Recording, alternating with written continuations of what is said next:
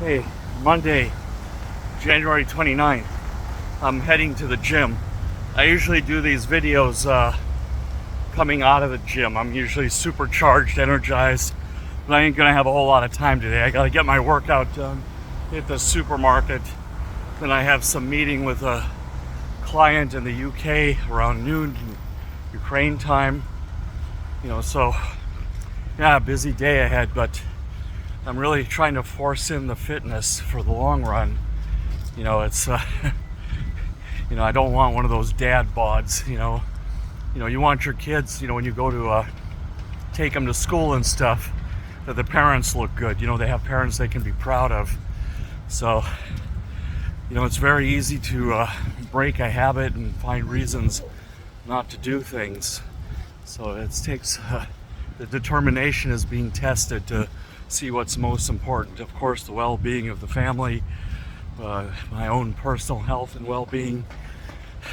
So yeah, we give up going out to restaurants and a lot of other things so we can make time for the priorities. It's just the way it is.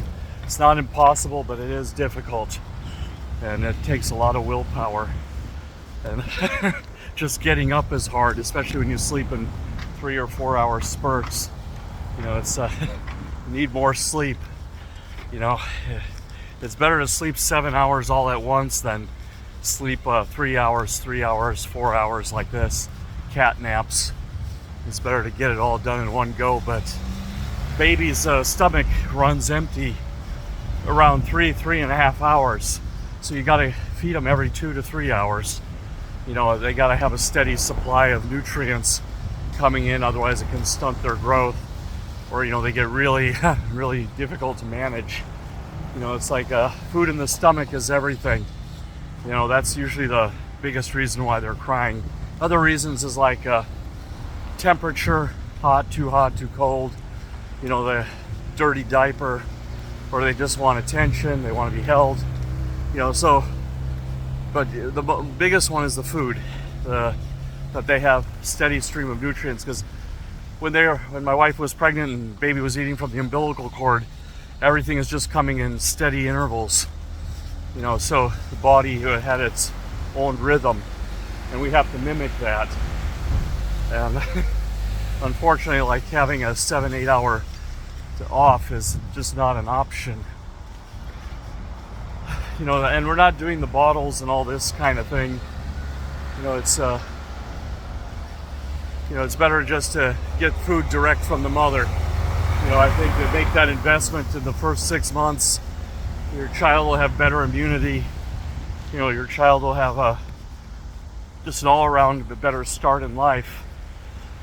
So it takes some sacrifice from the parents. Yeah, what else we want to talk about? So it looks like they're getting close to a border deal in America to unlock money for Ukraine, but Trump wants to scuttle that, even if it's what he wants, because he wants a crisis he wants to maintain the crisis to maintain his popularity. Because if they solve this border deal, if they get a deal that favors the Republicans, which it will, Republicans are getting more than the Democrats will in this deal. It's like, I think, from what I read, it's like 75% what the Republicans wanted and 25% the way the Democrats wanted. And it's like the deal that Mitt Romney even said was acceptable. That everyone drives away in a limousine.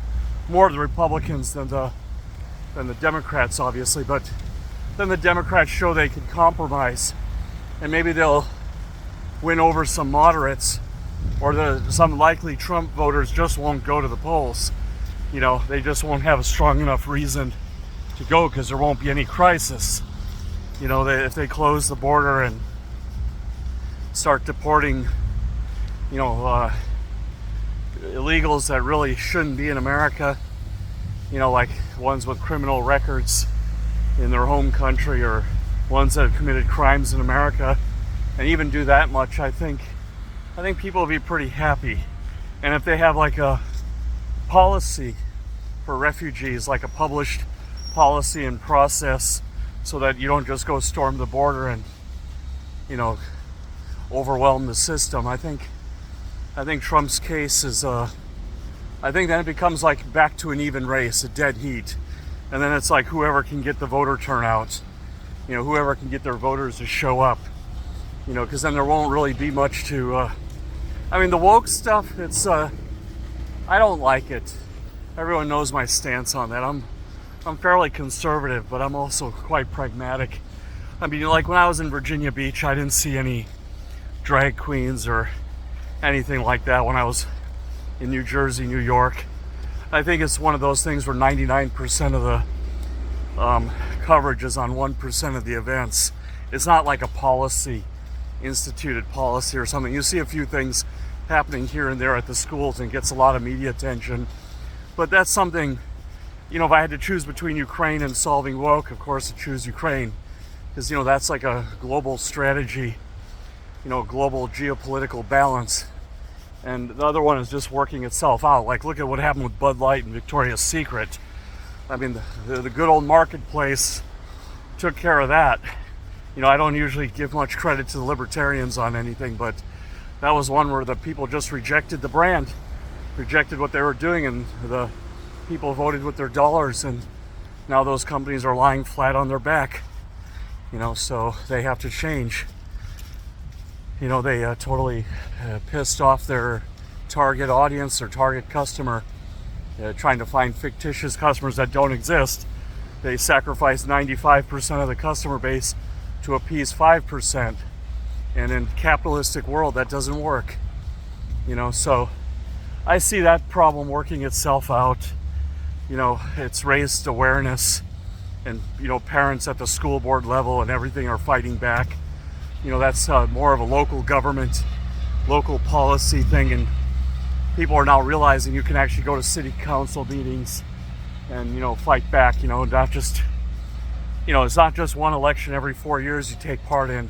There's local elections, council meetings, you got to get more active and stay active in democracy. So, yeah, that's what I see going on over there. So if they can get that over the finish line, if they can actually do a compromise and everything, Republicans and Democrats, on this immigration thing, that's big. That'd be a big victory for Joe Biden, and despite all his failings and everything, it's not so bad if he gets this one done. But if he doesn't do this, or if Trump tanks the deal, we're in trouble here. That's all I can say. I don't think Trump will let the Russians come all the way to Lviv, but we'll get a ceasefire without an agreement, a ceasefire without the NATO and everything. So, yeah, so, and then no investment, not significant investment, won't come here. We won't get the Wall Street money. I don't know how it'll be to reopen the airport. Only thing holding the airport from reopening is insurance companies. No one's going to insure an airliner, flying into a hot zone where there's, the airport was hit before in the early days of the war. So Lloyd's of London is not going to insure an airplane here in Ukraine. And that's why we don't have the flights. If there was a insurance that was reasonable, the airport would be wide open.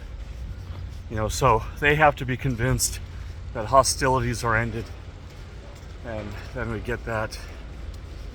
And what else? I had some thoughts about supercomputing and AI and all this missile defense technology. So Google and IBM are getting very close to, putting into production a quantum computer, which it's like as big as a jump as going from a transistor, a single transistor, to a supercomputer, a Cray supercomputer of the 80s. It's like that. So what would quantum computing allow us to do? It would allow America to make a first strike on the Russians, nuclear first strike, and then shoot down every incoming missile in the retaliation, in the return volley. The AI and the quantum computing can do the calculations and place interceptor missiles very precisely. I mean, already we saw that the old Patriots that we gave Ukraine, now all the weapons Ukraine is getting is like basically leftovers and garbage, and they're doing a lot with it. It's kind of crazy what they're able to do with it. It's like surprising the Western allies. It wasn't supposed to happen, but the Patriots did shoot down hypersonic missiles. They did shoot down ballistic missiles, the same kind that carry nuclear weapons. So these are old weapons. Imagine if they're integrated with the newest AMD, NVIDIA microprocessors, and they, have the supercomputer, like a Skynet, basically, managing the satellites, and not to mention they even have lasers and railguns now. Those have been in development for past 30 years, and some of those are coming online in production. The Navy has done tests with lasers shooting down missiles, and you have like a quantum computer managing all of this. They could shoot down every single return missile. They would know where they're coming from, where they're going, and they could place interceptions, with deadly accuracy. It would take all the human out of it, and it would be like a self-running video game. I mean, we could literally, we're 5 years from that. U.S. is like, everyone says the U.S. is going down, the dollar is going down. No, it's more like the U.S. is 5 years from taking a technological leap, like 200-300 years ahead of it. China, Russia, India. It's all about, to make microchips, supercomputers, write software, takes a certain kind of a corporate culture. One that's like a cross between hard discipline like you find like in Russian or Indian or Chinese schools where kids are, or Japanese schools where kids are, pushed to the limit to learn stuff. It has to be that combined with like a creative hippie type of culture, like where that same kid then can do music and smoke some weed and all that kind of stuff. And it's like a combination of creativity and discipline. That's the kind of mind you need to create these cutting edge technologies. And then you need to be able to work with different kinds of people from Taiwan, India, America, South America, because you go to these places, like these companies like NVIDIA, Intel, AMD. It's very diverse. These people have their quirks. If you ever meet really sharp engineers, they have their quirks, and that wouldn't be tolerated. This kind of outspoken personalities that go along with that kind of intelligence aren't really tolerated in those kind of cultures. They're really trying to force people into boxes. Where in America, they kind of tolerate your eccentric behavior if you're producing. As long as you're getting the results, you can dye your hair purple, you can be weird, whatever, just get it done. If that helps you get it done, that's the kind of mentality they have in America versus like Russia and these other countries. And that's why they've hit the limits. They've hit the limits on innovation. Now, the Russians used to be very innovative in metallurgy. They were ahead of us. They were even in jet engines for a while, they were ahead of us, and they put a rocket up in space before us, and I think even a man up. They were the first to put a man up in space. But they were really riding off of the German technology and the German scientists that they captured. Once those German scientists and everything died off, they really hadn't done much since then. So all that was like a wave after World War II of German engineering, captured German engineering that they were writing. And America was able to take that German engineering, combine it with their own engineering, like in that movie Oppenheimer, and create a mixed group. And we're still riding high till this day. But yeah, that's my feeling. America's at the beginning of a renaissance, and this is not financial advice, but since 2017, I'd been telling people to buy NVIDIA, and that was the only thing I held. Up until this year, I started diversifying a little bit more. But I would be in U.S. tech companies.